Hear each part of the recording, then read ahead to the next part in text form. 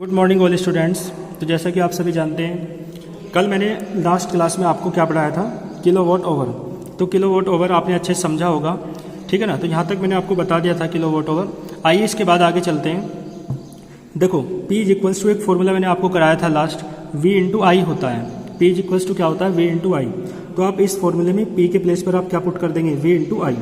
तो आपका W का एक फॉर्मूला क्या बन जाएगा, ठीक है ना। W का फॉर्मूला क्या बन जाएगा आपका, P के प्लेस पर आप यहाँ पे पुट करेंगे V इंटू आई। तो W आपका क्या बन जाएगा, V इंटू आई इंटू T अपॉन 1000। ये क्या है, किलोवाट ओवर। किलोवाट ओवर को आप यूनिट भी कहते हैं सामान्य भाषा में। तो लोस्ट इलेक्ट्रिकल एनर्जी जो है आपकी, ठीक है ना, एक एक्सप्रेशन तो आपका ये था।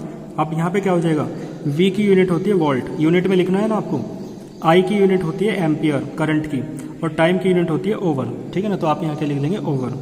अपॉन में क्या है 1000, और ये किलोवाट ओवर है, ठीक है ना, या आप इसे यूनिट भी कह सकते हो।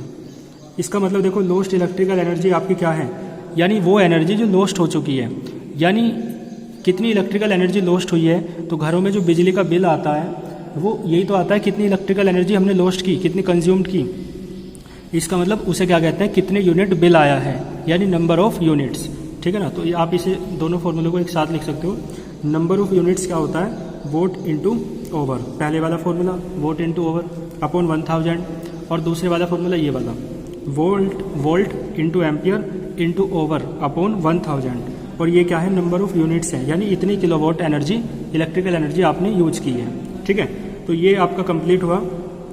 इसके बाद देखो, जो टॉपिक थे आपके applications of electrical instruments in daily life, वो आपके कोर्स से हटा दिया गया है इस ईयर के लिए।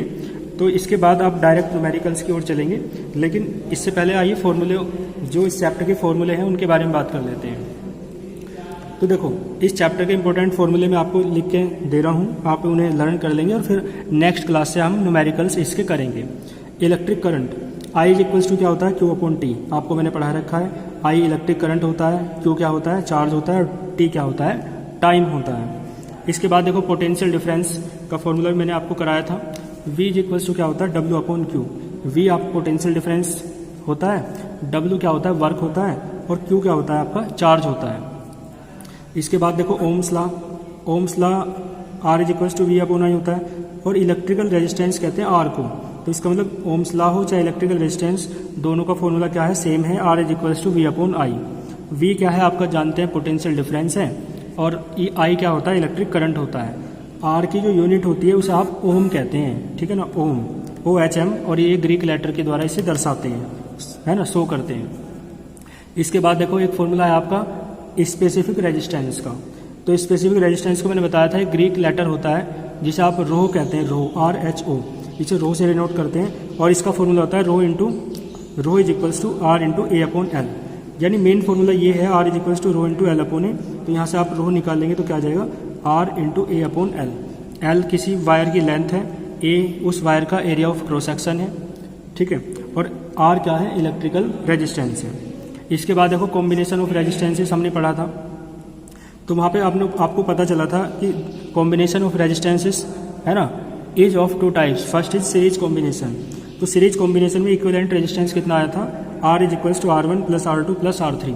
और एक इंपॉर्टेंट बात, सीरीज कॉम्बिनेशन में करंट सेम रहता है और पोटेंशियल डिफरेंस डिफरेंट रहता है। इस बात का आप ध्यान देंगे तो इस टाइप के न्यूमेरिकल तभी आपको समझ में आ पाएंगे, ठीक है।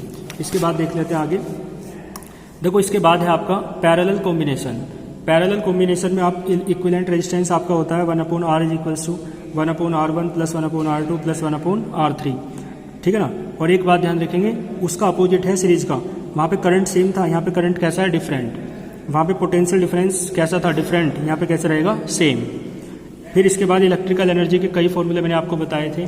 W is equals to V into Q होता है, W is equals to VIT होता है, W is equals to I square RT होता है, सारे याद करेंगे आप। W is equals to V square T upon R होता है, सबकी यूनिट क्या होती है, जूल। इसके बाद इलेक्ट्रॉन वोल्ट मैंने आपको कराया। 1 इलेक्ट्रॉन वोल्ट क्या होता है, 1.6 इंटू 10⁻⁻19 जूल। यानी it is the relation between electron volt and joule. तो इलेक्ट्रॉन वोल्ट क्या है, एनर्जी की एक छोटी यूनिट होती है, स्मॉल यूनिट होती है। इसके बाद देखो, मैंने आपको कराया था heat produced in the wire. किसी वायर में जो भी हीट प्रोड्यूस होगी वो कितनी होगी, इसे आप जूल्स लॉ भी कहते हैं। तो H is equals to W upon 4.2 calorie होता है, अच्छे समझा रखा है। The H is equals to VIT upon 4.2 calorie होता है। H is equals to V square T upon 4.2 R होता है। यानी W के जितने भी फॉर्मूले थे सब में आप किससे डिवाइड कर देंगे 4.2 से। H इज इक्वल्स टू आपका I square R T upon 4.2 calorie होता है। यानी सब जूल में थे तो किस में बदल गए, कैलोरी में। ठीक है, इसके बाद देखें आप, इसके बाद है आपका इलेक्ट्रिक पावर। इलेक्ट्रिक पावर का फॉर्मूला आप जानते हैं, P इज इक्वल्स टू क्या होता है, W अपॉन टी होता है। और इलेक्ट्रिक पावर की यूनिट क्या होती है, watt. P is equals to V I, ये भी हमने किया है, P is equals to I square R, P is equals to V square upon R, सब किए हैं ना। और एक बात और याद रखेंगे, 1 हॉर्स पावर कितना होता है, 746 वॉट। ठीक है, इसके बाद देखो number of kilowatt, number of kilowatt over, यानी यूनिट, नंबर ऑफ यूनिट क्या होता है, तो फॉर्मूले मैंने लिखवाए थे, अभी आपको समझाया, volt into ampere into overs upon 1000 या vote into overs upon 1000। Kilowatt over और जूल में रिलेशन होता है, 1 किलोवाट ओवर, मैंने ये कराया था आपको, 1 किलोवाट ओवर किसके बराबर होता है, 3.6 इंटू 10⁻6 जूल। तो यहाँ तक मैंने आज आपको जो भी इंपॉर्टेंट सभी फॉर्मूले थे लगभग कंप्लीट हुए। तो आप क्या करेंगे, फिर फॉर्मूले याद कर लेंगे और इसके न्यूमेरिकल्स कल से हम स्टार्ट करेंगे, है ना। तो फॉर्मूले आप हर हाल में याद कर लेना और यहाँ तक नोट्स बना लेना अच्छे से।